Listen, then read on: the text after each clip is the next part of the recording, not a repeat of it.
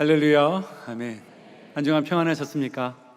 우리 밝은 얼굴로 옆에 분과 인사하겠습니다. 평안하셨습니까? 인사하겠습니다. 평안하셨습니까? 평안하셨습니까? 매년마다 그 해 등장하는 신조어가 있습니다. 새로 만들어진 단어이겠죠. 저 젊었을 때 신조어는 이런 신조어가 있었습니다. 반가 이런 신조어가 있었는데 요즘에 좀 차원이 높은 것 같습니다. 말을 해도 도저히 무슨 의미가 담겨 있는지 모를 만한 신조어가 있는데 한번 찾아봤습니다. 이 말 아십니까? 난리자베스라는 말 아십니까? 난리가 났을 때 쓰는 새로운 신조어입니다. 그리고 잼민이라고 아시나요? 모든 의사결정을 AI에게 물어보는, 그때 그 사람들을 통틀어서 잼민이라고 이야기를 합니다. 젊은 세대 사람들과 이야기를 하다 보면 한국말을 구사하고 있는데도 불구하고 도저히 무슨 말인지 모를 때가 있어서 가끔씩 이 말이 무슨 뜻이야 묻고 싶은 그 충동이 일어나도 묻지 못한 이유는 안 놀아줄 것 같아서 그 말을 묻지 못하고 그냥 이해한 것처럼 웃고 넘어갈 때가 있습니다. 시대를 넘어가면서 회기가 바뀌면서 그 시대 때 새로 나온 신조어들이 여러분 사전에 등재되기도 하는데 20세기 말이 되면서 또 21세기 넘어가면서 새롭게 모든 사람에게 주목받았던 한 단어가 있습니다. 그 단어는 루키즘이라는 단어입니다. 이 루키즘이라는 단어는 룩, 보다라는 그 단어와 이즘이라는 철학과 사상을 담고 있는 단어가 합쳐져서 루키즘이라는 단어가 나왔는데요. 이 단어의 뜻은 이렇습니다. 너가 세상의 모든 것을 판단하고 그 기준점을 잘 볼 때 무엇을 갖고 있는가, 무엇을 하고 있는가, 어떤 것을 이루었는가, 눈에 보이는 것을 가지고 모든 것을 평가하는 시대다라고 말할 때 루키즘이라는 단어를 씁니다.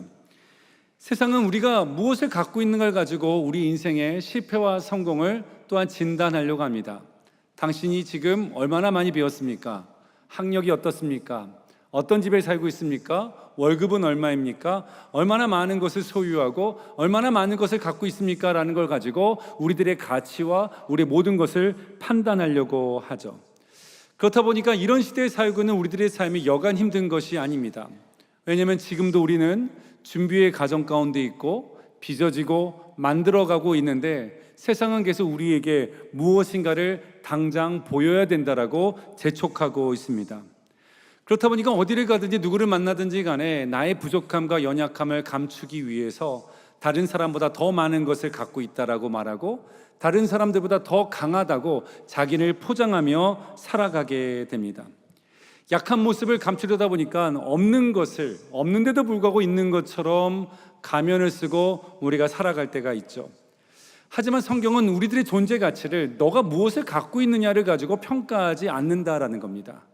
여러분, 성경은 우리의 존재를 뭐라고 말하고 있냐면 이렇게 말합니다. 우리를 질그릇이다라고 말하고 있습니다. 여러분, 질그릇은 흙으로 만들어진 그릇입니다. 그리고 땅에 떨어지면 부서지는 그릇이고 질그릇과 진그릇이 만나면 쪼개집니다. 물을 묻히면 흙먼지가 묻어나는 너무나 평범하고 하루 쓰다가 버려도 아깝지 않은 그릇이 여러분 질그릇이다라는 것이죠. 여러분, 그만큼 우리는 성경에서 우리를 정의 내리는 것은 너희는 연약한 질그릇이다라고 말합니다.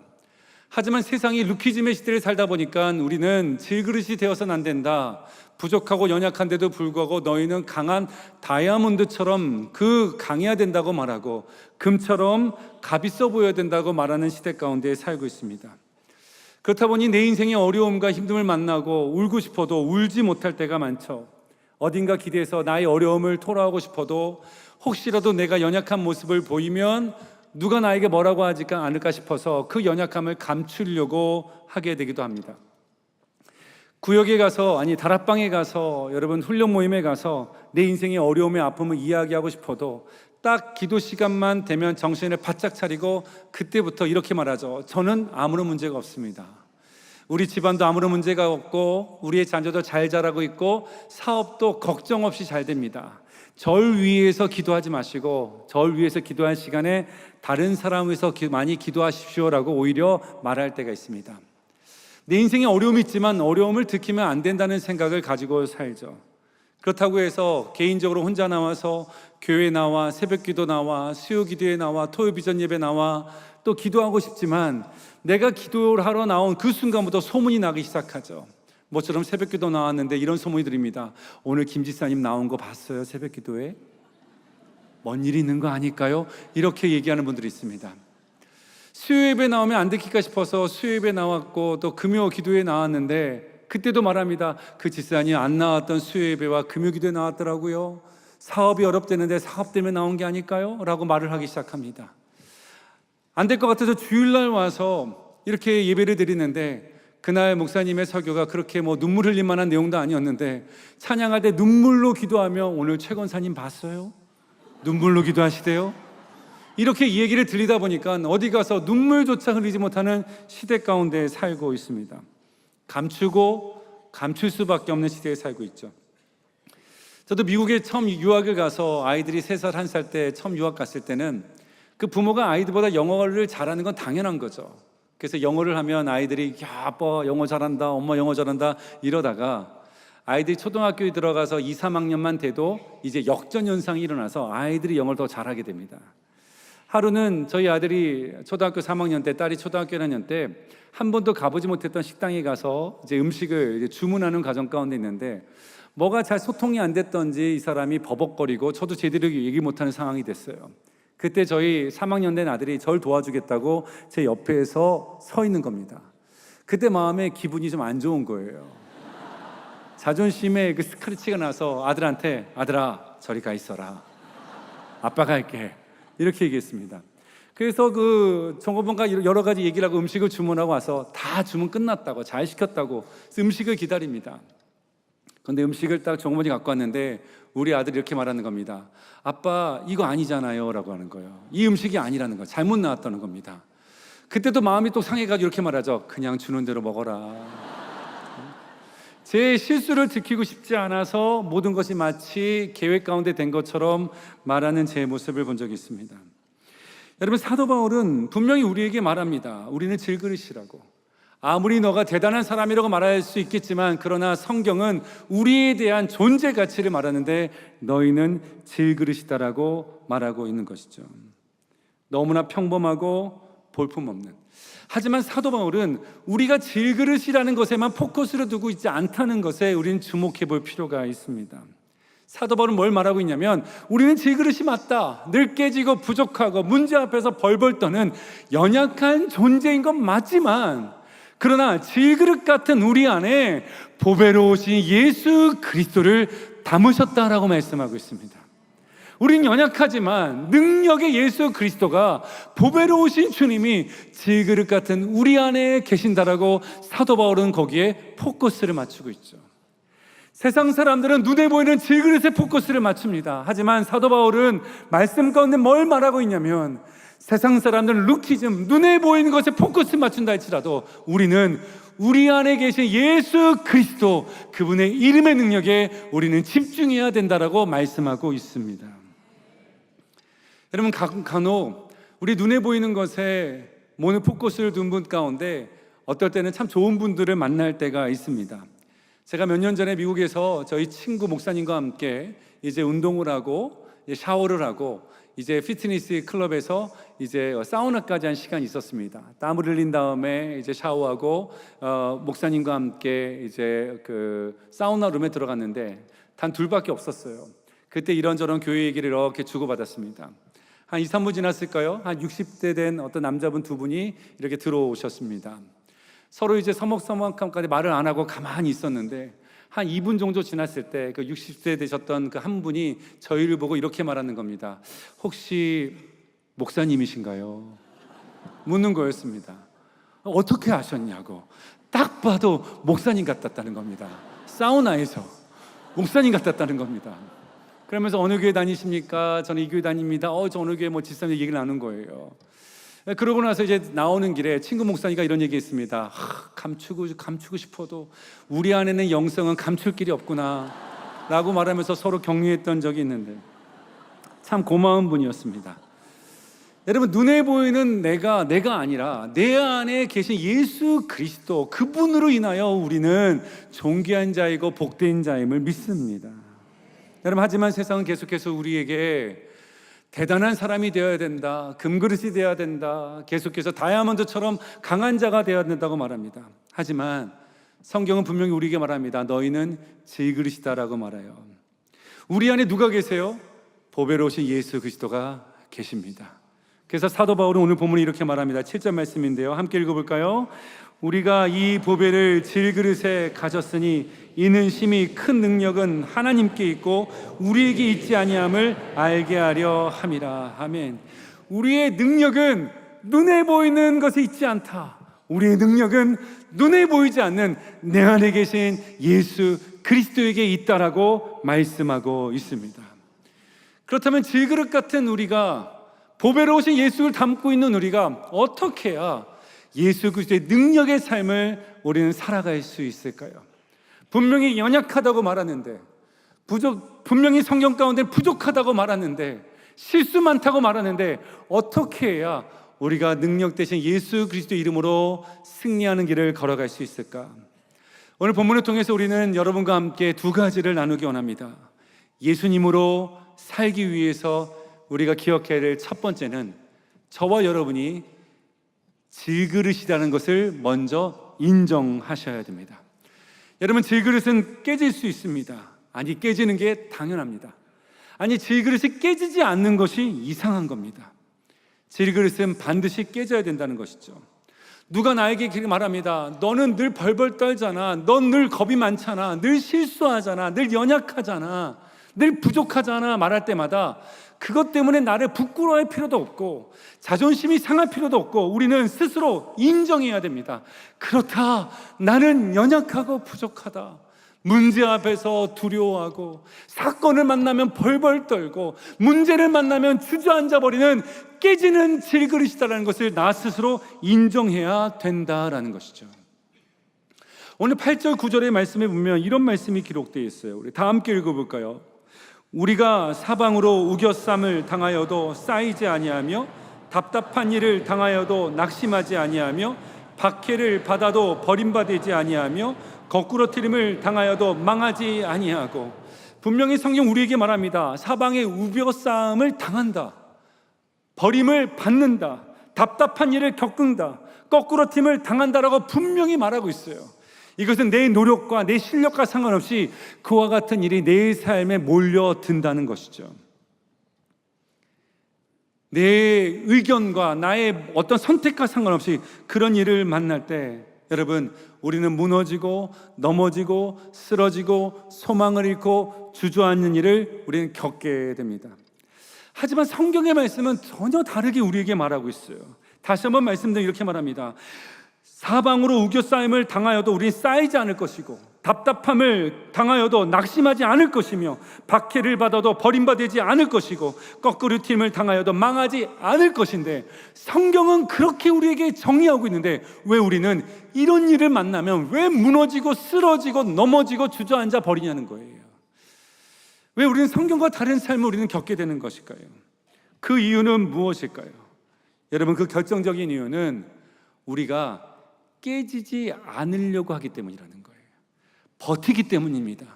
어떻게든 내 힘과 내 노력으로 해보려고 한다는 거예요. 나는 할 수 있어, 나는 할 수 있어. 자기 체면을 걸면서 안 되는데도 불구하고 할 수 있다라는 자신감 가운데 살아가다 보니까 내 안에 계신 예수 그리스도의 능력이 나타나기 어렵다는 것이죠. 여러분, 향유옥합이 있어요. 향유옥합에는 여러분, 그 향기가 나타나기 위해서 제일 첫 번째 해야 되는 게 뭐죠? 향유가, 옥합이 깨져야 되는 겁니다. 향유옥합이 깨져야 향유의 향기로움이 드러나는 것처럼 질그릇 같은 우리가 문제 앞에서, 사건 앞에서, 상황 앞에서 부서지고 깨질 때마다 내 안에 계신 예수 그리스도의 능력이 나타나게 시작되는 줄 믿습니다. 그러기 위해서는 나 스스로 인정해야 돼요. 그렇다, 나는 부족하다, 나는 연약하다, 나는 실수가 많다, 나는 늘 문제 앞에서 벌벌 떤다, 그렇게 나는 부족한 자이다. 그러나 내 안에 능력 되신 예수 그리스도가 내 안에 계신다, 살아 역사하신다. 이것을 믿을 때 여러분, 우리 안에 계신 예수 그리스도의 보배로운 능력이 나타나게 됨을 믿습니다. 여러분, 사도 바울은 복음을 끝까지 전했던, 그의 생명을 끝까지 복음을 위해서 살았던 사람입니다. 하지만 그의 복음의 길에는 너무나 많은 어려움이 있었어요. 유대인들에게도 핍박을 받았고 기독교인들에게도 핍박을 받았습니다. 유대인들은 너가 참 유대인이라고 말하면서, 베냐민 지파 중에 베냐민이라고 말하면서 결국 예수를 믿고 배신하여 배교도가 돼 라는 유대인들의 사도 바울 향한 핍박이 있었습니다. 예수 믿는 그리스도인에게 갔더니, 이방인에게 갔더니 그들은 또 이렇게 말합니다. 너가 예수를 잡아 죽이려고 했고 교회를 진멸했으며 예수 믿는 자를 핍박했던 너가 무슨 자격이 있다고 우리에게 와서 말씀을 가리켜 그 사도 바울을 공격하는 사람도 있었습니다. 가는 곳곳마다 감옥에 갇혔고 매를 맞았으며 풍랑을 만나 죽을 뻔한 위기가 한두 번이 아니었습니다. 그런 어려움과 위기가 있었는데도 불구하고 끝까지 복음의 길을 완주할 수 있었던 이유는 사도 바울이 많은 것을 배워서, 인맥이 좋아서, 출신이 좋아서, 로마 시민권자였기 때문에 보장되어서가 아니었다는 것이죠. 오히려 남들이 갖고 싶어 했던 그가 갖고 있던 모든 것들을 사도 바울은 내가 다 배설물로 여겼다고 말하고 있어요. 여러분, 그렇다면 사도 바울이 그가 이렇게 끝까지 능력 있는 그리스도인의 삶으로 끝까지 살았던 이유는 무엇일까요? 그가 복음 행진을 멈추지 않았던 이유는 로마서 8장에 보면 그 7장의 마지막 부분에 그가 이런 이야기를 합니다. 나는 죄인 중에 괴수다. 나만큼 완악한 자가 어디냐? 나만큼 주님 앞에 용서받지 못할 자가 어디냐? 나는 죄인 중에 괴수다 말하면서, 오호라 나는 공고한 사람이로다. 누가 나를 이 사망의 몸에서 건져낼 수 있으랴? 나는 문제 앞에 늘 벌벌 떨고 누가 뭐라고 하면 늘 주저앉아 버리는 공고한 사람인데, 늘 좌절하는 사람인데 누가 나를 이 사망의 몸에서 건져낼 수 있으랴? 말하며 로마서 8장 1절에 그분은 예수 그리스도밖에 없다라고 말하고 있어요. 자기가 죄인 중에 괴수인 줄 알고 공고한 자라는 걸 할 때에 내 안에 계신 예수 그리스도를 바라보고 소망하며 살게 되는 줄 믿습니다. 사도 바울이 끝까지 낙심하지 않을 수 있었던 그 이유는 그가 연약한 자임을 알았고 내 안에 예수 그리스도가 살아계심을 그는 믿었기 때문입니다. 그래서 고린도후서 12장 9절에 사도 바울은 이와 같은 말을 고백합니다. 함께 읽어볼까요? 시작. 그러므로 도리어 크게 기뻐함으로 나의 여러 약한 것들에 대하여 자랑하느니 이는 그리스도의 능력이 내게 머물게 하려 함이라. 아멘, 아멘. 그리스도의 능력이 내게 머물게 되는 것은, 그리스도의 능력이 내게 거하게 되는 것은 뭘 말하고 있어요? 내가 나의 약함을 자랑하리니. 나는 연약한 자입니다. 나는 질그릇입니다. 주님이 없으면 나는 아무것도 못하는 부족한 사람입니다. 질그릇입니다. 자랑할 때 그리스도의 능력이 내 안에 거하게 되는 줄 믿습니다. 오히려 사람은 강함을 자랑할 때 넘어집니다. 성경은 말하고 있어요. 섰을 때 넘어질까 조심해라. 뭔가 된 것 같은데, 뭔가 내 힘으로 내 노력으로 다 할 수 있을 것 같은데 찾아오는 넘어짐이 있다는 것이죠. 하지만 연약함을 인정하는 자는, 부족함을 아는 자는 절대로 넘어지지 않습니다. 왜요? 하나님의 은혜가 없이는, 능력이 없이는 안 된다는 것을 알기 때문인 것이죠. 세상은 계속해서 우리 이렇게 말합니다. 힘 있는 자가 성공할 것이다. 강하면 성공할 것이다. 이 말은 틀리지는 않은 거예요. 예, 강한 거 좋습니다. 힘 있는 거 좋아요. 성공의 길에 좋은 길이 열릴 거라고 생각됩니다. 하지만 그리스도인들은 성공을 위해서 살아가는 자가 아닙니다. 그리스도인들은 열매를 맺어가는 자예요. 여러분, 강하면 성공할 수 있지만 강하다고 해서 열매를 맺는 게 아닙니다. 하지만 약하다고 인정하면, 반면에 우리가 연약하다고 고백하면 주님께서 우리 안에 열매를 맺어가실 줄 믿습니다. 우리 사랑의 교회 영가족 모든 분들은 날마다 우리가 연약한 자임을, 질그릇임을 인정할 때마다 예수 그리스도의 능력으로, 보배로우신 예수 그리스도의 은혜로 살아가는 저와 여러분 되시길 주님의 이름으로 소망합니다. 두 번째로, 예수님으로 살기 위해서 우리는 무엇을 해야 될까요? 첫 번째는 나의 연약함을 인정하는, 내가 질그릇임을 인정해야 됩니다. 두 번째는 날마다 예수 그리스도를 주라 고백하며 우리는 살아가야 합니다.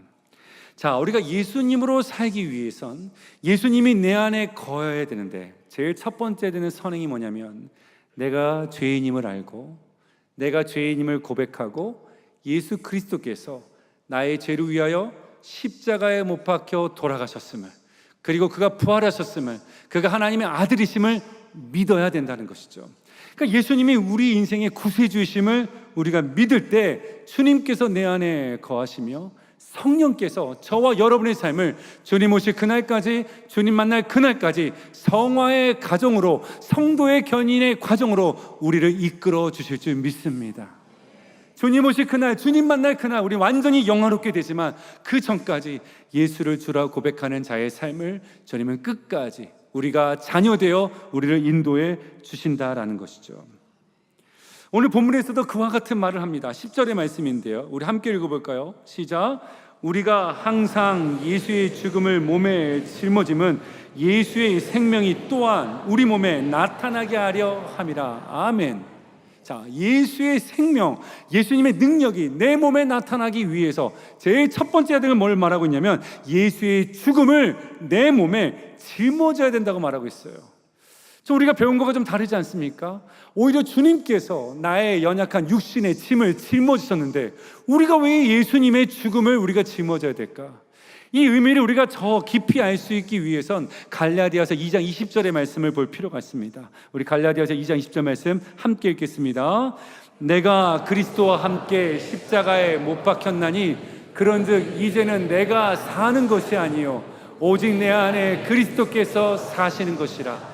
이제 내가 육체 가운데 사는 것은 나를 사랑하사 나를 위하여 자기 자신을 버리신 하나님의 아들을 믿는 믿음 안에서 사는 것이라. 아멘. 이 말은 이런 의미를 갖고 있습니다. 예수 그리스도가 우리 안에 거하시기 위해서 우리가 제일 먼저 해야 되는 것은 예수를 나의 구주로 고백해야 되는데, 예수를 주라 고백한 그 순간 내 죄가 그리스도와 함께 십자가에 못 박힘을 당하고, 내가 예수를 주라 고백한 순간 내 자아가 예수 그리스도와 십자가에 못 박힘을 당하고, 내가 예수를 주라 고백한 순간 내 욕심이, 내 교만이, 내 연약함이, 내 모든 것이 십자가에 못 박힘을 당한다라고 말하고 있는 거예요. 예수를 주라 고백한 순간 우리의 모든 것이 십자가에 못 박힘을 당합니다. 그리고 나서 무엇이 시작되죠? 그리스도와 함께 살아가는 삶이 시작됩니다.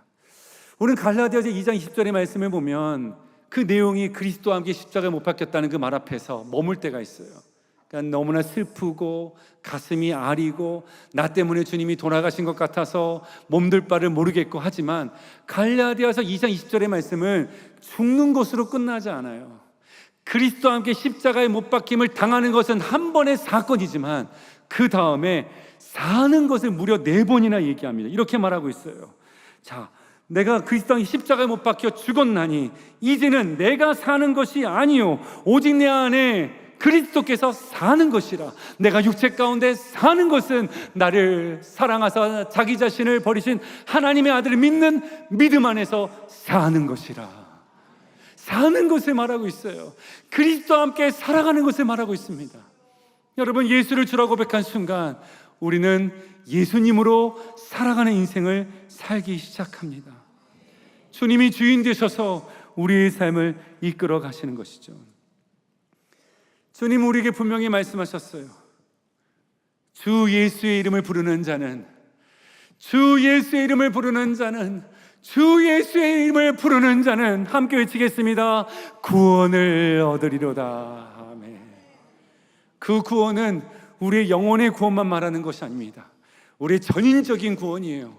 나의 생각과 나의 마음과 나의 고통과 나의 슬픔과 나의 모든 것에서 나를 건져주시는 그 구원의 역사가 우리 가운데 임하게 되는 줄 믿습니다.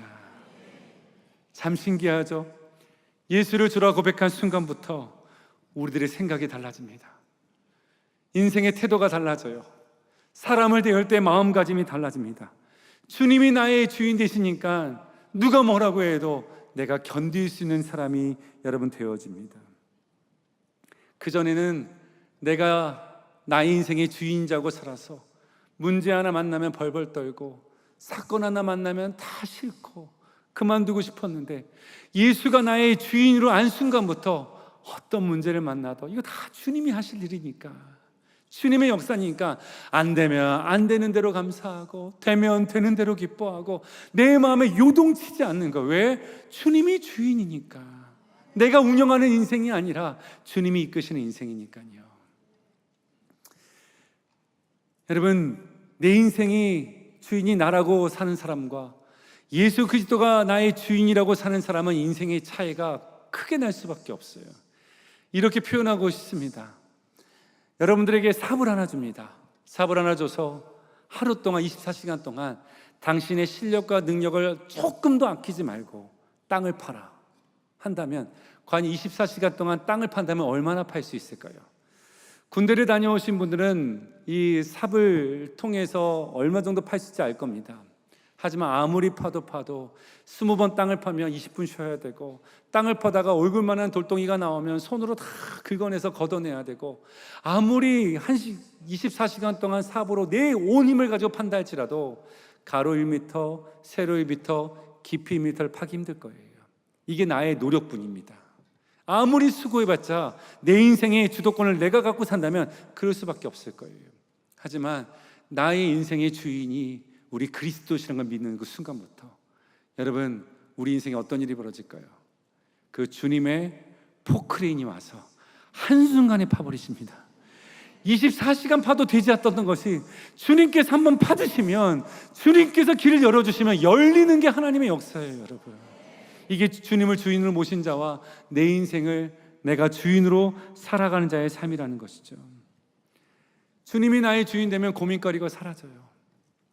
걱정거리가 사라집니다. 여러분, 우리가 주님 모시기 때문에 어떤 문제, 어떤 사건을 만나도 기대가 되고 평강이 찾아오고 소망이 일어나게 되는 줄 믿습니다. 저는 목회하면서 제 마음 가운데 이 마음을 절대 잊지 않으려고 해요. 목회의 주인은 우리 주님이시다. 내가 하는 거 아니다. 교회의 주인은 우리 주님이시다. 내 인생의 주인은 우리 주님이시다. 그러니까 주님께서 하시는 건 나는 보기만 하면 된다. 이 마음으로 살아요. 그러니까요, 기쁘지 않을 일이 없습니다. 즐겁지 않을 일이 없어요. 제 표정 보세요. 늘 기쁘잖아요. 늘 행복하잖아요. 왜요? 어려운 일을 만나도 힘든 거예요. 어려운 일 만나면 주님께서 해결하셨겠죠. 기쁜 일 만나면 더 행복한 거예요. 주님께서 나에게 좋은 일 주셨으니까 더 기쁜 겁니다. 여러분, 복음을 가진 자들은, 예수를 소유한 자들은 얼굴이 밝을 수밖에 없어요. 우리 산부 예배들 있으면 다 얼굴 밝잖아요. 다 보십시오. 밝을 수밖에 없는, 내 안에 예수 그리스도가 있는데 슬퍼할 일이 뭐가 있겠어요. 그래서 제가 담임 목사로 나갈 때 부목사 시절에 저희 교구를 담당하셨던 장로님께서 저한테 이런 말씀하셨습니다. 유 목사님, 목사님은 꼭 담임 가면 얼굴로 목회하셔야 됩니다 하셨어요. 그래서 제가 한번 이게 무슨 의미인지 방긋 웃었던 적이 있는데, 그게 아니라 이렇게 지금 웃는 거 계속 웃으면서 목회하세요. 웃으면서 목회하세요. 여러분, 우리가 울 일이 없습니다. 웃으면 되는 거예요. 주님께서 이루실 그 소망하며. 계속 내가 주인 되려고 하니까 힘든 거예요. 여러분, 다툼이 왜 일어나요? 내가 주인 되려고 하는 거잖아요. 결혼해서 부부관계 가운데 왜 갈등이 시작됩니까?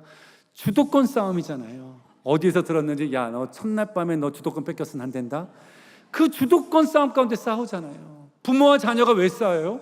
주도권 싸움이잖아요. 내가 이번에 아이 한번 잡아버리겠다. 아이들은 내가 이번에 한번 엄마 코 한번 꺾어버리겠다. 그 주도권 싸움 때문에 싸우는 거잖아요. 교회와 사역과 여러 가지 공동체, 왜 갈등이 생겨요? 내가 주인이잖아요. 내가 주인 되려고 하니까. 주인과 주인이 만났으니 얼마나 다투겠어요. 종들과 종들을 만나면 다툴 일이 없습니다. 다 주인이 시키는 대로 하면 되는 거예요. 순종만 하면 되는 겁니다. 주인이 이루실 것을 보면 되는 거예요. 사랑하는 영가족 여러분, 날마다 우리가 예수를 주라 고백하는 순간마다 내 삶에 복잡했던 많은 일들이 주님께서 주인 되셔서 그 일들을 풀어가 주실 줄 믿습니다. 우리는 예수님으로 살아가는 저와 여러분들에게 주님의 이름으로 축원합니다. 제가 어렸을 때 우리 부모님을 보고 교회 권사님들을 보면 항상 무슨 일을 만나든지 간에 입에서 늘 나왔던 말이 있어요. 만약에 좋은 일이 있어도 오 주님 감사합니다. 슬픈 일이 있어도 오 주님이라고 얘기했어요. 심지어는 이렇게 그 밥을 짓다가 밥을 태웠는데도 우리 어머니가 말합니다. 이거 하나님 아버지 얘기할 때가 있어요. 모든 일이 다 주님께 속한 거예요. 모든 일이 다 주님께 속하니까 뭐요? 근심할 일이고 걱정할 일이 없는 거죠. 어렸을 때 배가 아프면 아이고 배 했는데 저희 어머니는 아이고 주님, 아이고 주님, 아이고 주님. 모든 것을 다 주님께 맡기니까 하나님께서 하시겠지, 하나님께서 열어가시겠지, 하나님께서 이끄시겠지, 그 마음으로 살아가니까 마음이 여러분 흔들리지 않는 거예요. 사랑하는 영가족 여러분, 영원히 변하지 않는 진리가 있습니다. 그것은 예수 그리스도가 세상 모든 만물의 주관자가 되시며 왕의 왕이 되십니다. 모든 권세는 예수 이름 앞에 무릎을 꿇게 되어 있습니다. 여러분 삶의 모든 영역, 가정과 일터와 관계와 그 모든 영역은 다 그리스도 앞에 굴복당하게 되어 있습니다. 세상에 우리가 살고 있는 영역 가운데 주님이 다스리지 않은 것이 어디 있겠습니까? 그렇다면 예수로 살기 위해선 날마다 예수를 주라 부르며 살아갈 수 있는 저와 여러분 되시길 주의 이름으로 축원합니다. 말씀을 마무리할까요? 우리 사랑하는 영가족 여러분, 우리는 질그릇입니다. 깨지는 게 당연해요. 문제 앞에서 벌벌 떠는 게 당연합니다. 그때 버티려고 하지 마십시오.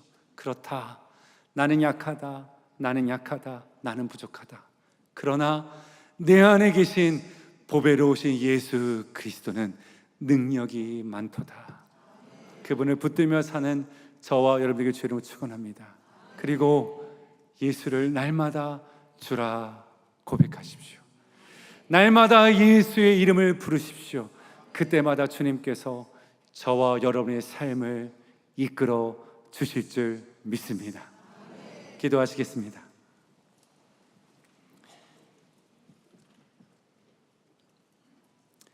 사랑의 하나님 아버지, 오늘 말씀을 통해서 우리가 질그릇임을 깨닫게 하여 주시니 감사합니다. 이제는 우리가 연약한 인생임을 인정하며 예수님을 의지하고 사는 자들 되게 하여 주옵소서. 보배로우신 예수 그리스도가 우리 안에 계시기에 세상을 바라보면 늘 두렵지만 주님을 바라보면 늘 새 힘을 얻게 하여 주옵소서. 날마다 예수의 이름을 부를 때 주께서 우리 가운데 다가오셔서 내가 여기 있다 하시고 내가 너를 이끌겠다 하시는 주님의 능력의 손으로 인도함 받는 자들 주여 되게 하여 주옵소서. 감사드릴 때 우리 주 예수 그리스도의 이름으로 기도하옵나이다. 아멘.